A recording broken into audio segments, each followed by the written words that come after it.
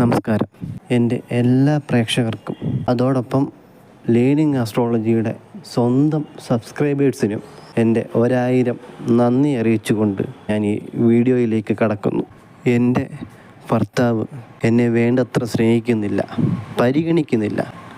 അതുമാത്രമല്ല, അദ്ദേഹം എന്നോട് സംസാരിക്കാൻ മാത്രം അദ്ദേഹത്തിന് സമയമില്ല. എന്നെ ഒഴികെ മറ്റുള്ള സ്ത്രീകളോട് സംസാരിക്കാൻ അദ്ദേഹം സമയം കണ്ടെത്തുന്നു. എൻ്റെ ഭാര്യ എന്നെ വേണ്ടത്ര രീതിയിൽ പരിഗണിക്കുന്നില്ല, എൻ്റെ കാര്യങ്ങൾ നോക്കുന്നില്ല.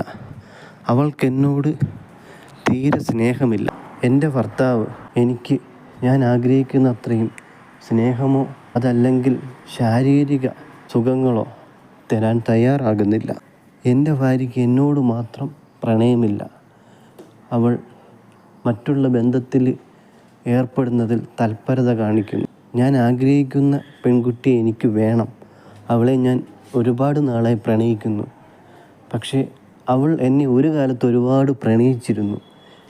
എന്നാൽ ഇപ്പോൾ എൻ്റെ മെസ്സേജ് പോലും ഒന്ന് നോക്കുന്നില്ല. മെസ്സേജ് കണ്ടാൽ ഒരു മറുപടി പോലും തരുന്നില്ല.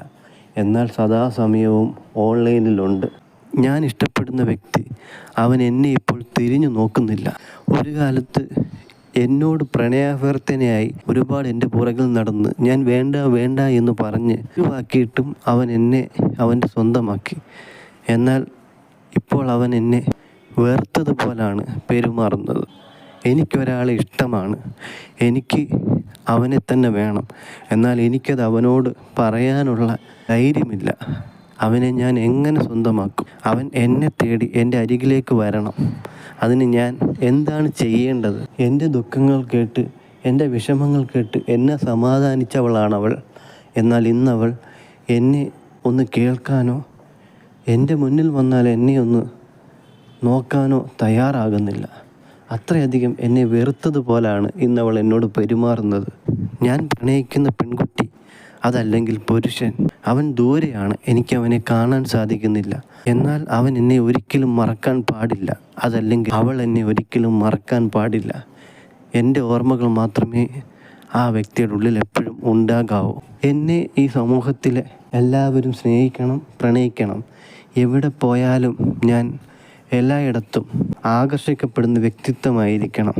എനിക്ക് സാമ്പത്തികമായിട്ടോ അല്ലെങ്കിൽ എൻ്റെ ബിസിനസ്സിലോ ഒന്നും എനിക്ക് വളരാൻ സാധിക്കുന്നില്ല. ഞാൻ വിജയം നേടാൻ ആഗ്രഹിച്ച് മുന്നോട്ടിറങ്ങുമ്പോഴൊക്കെ എനിക്ക് പരാജയം മാത്രം.